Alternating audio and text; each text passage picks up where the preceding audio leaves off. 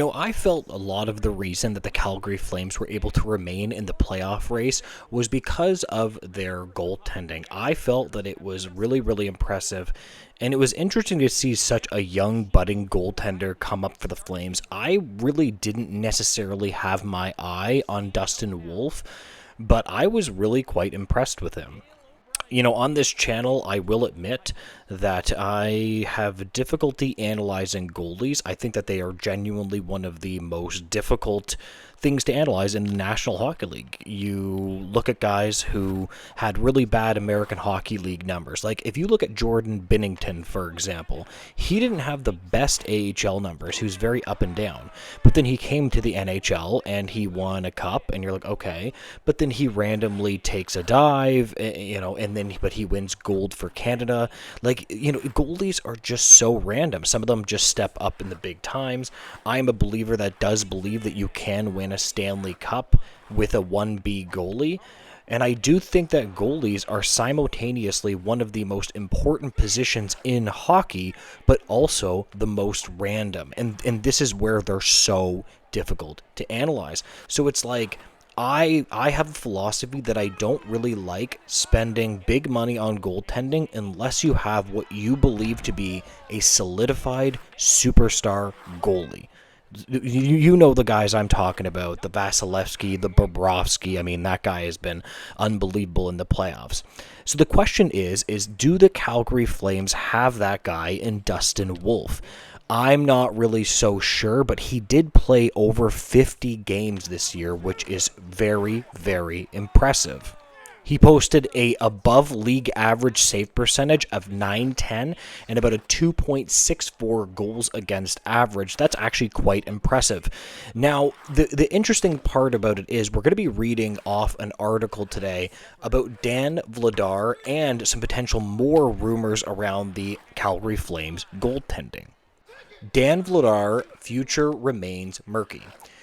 Dan Vladar is the Flames' biggest unrestricted free agent this summer. The 27-year-old has served as the organization's backup goalie for the past 4 seasons and saw a slightly bigger role in 24-25, playing behind the rookie Dustin Wolf. That's true. Let's not forget, Dustin Wolf was the man here last year. I mean, this guy, if you can play 50, 55 games in the National Hockey League, to me, that's incredibly impressive.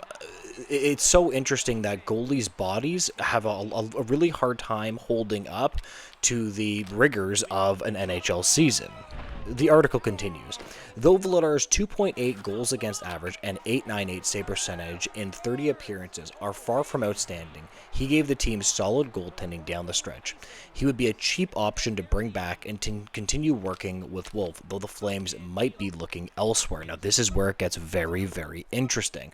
Based on a recent report, the Flames are top contender to sign Russian goaltender Ivan Prosvetov. Sorry, sometimes I butcher Russian names.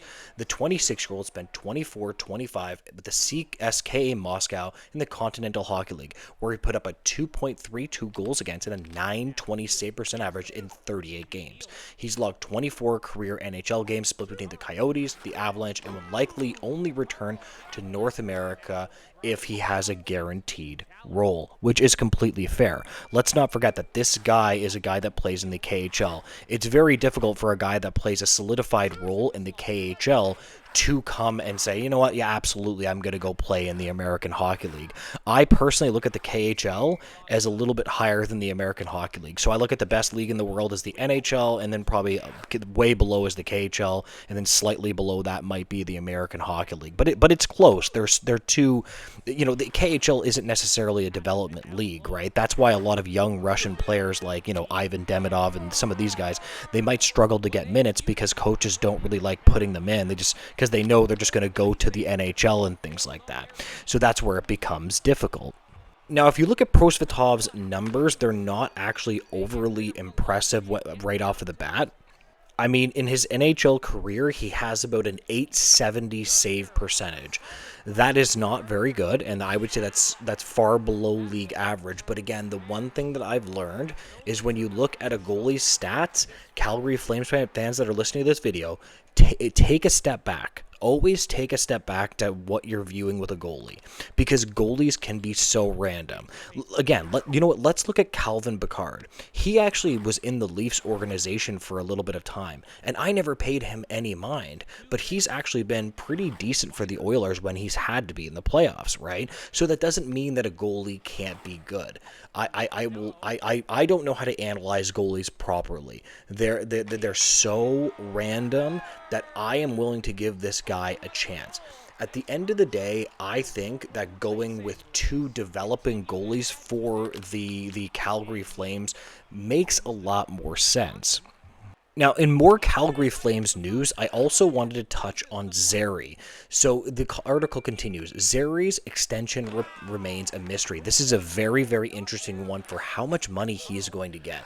The Flames have few restricted free agents to sign this offseason, though most talked about, perhaps the most confusing of the bunch, is Connor Zary. The 23-year-old is a building block to the organization, was but limited to 54 games in 24-25 with 2 separate knee injuries. So he's had some knee issues. Now, here's the thing with Zary. He had a decent audition with the Calgary Flames at center. He's played most of his time at wing, and I've told you guys this before, that there's going to be a lot of teams that are going to be looking at probably auditioning wingers that probably can play center.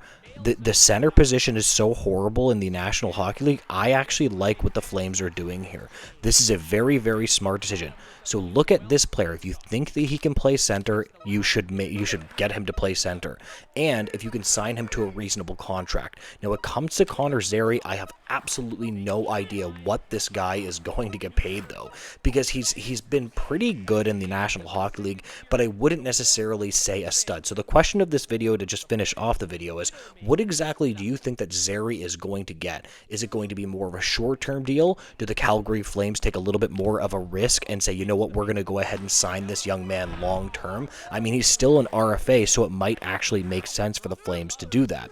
Anyways, I just wanted to touch on a little bit of Flames news. If you can make sure to like, comment, and subscribe, I would greatly appreciate that, guys, and make sure to have a great day. Goodbye, guys.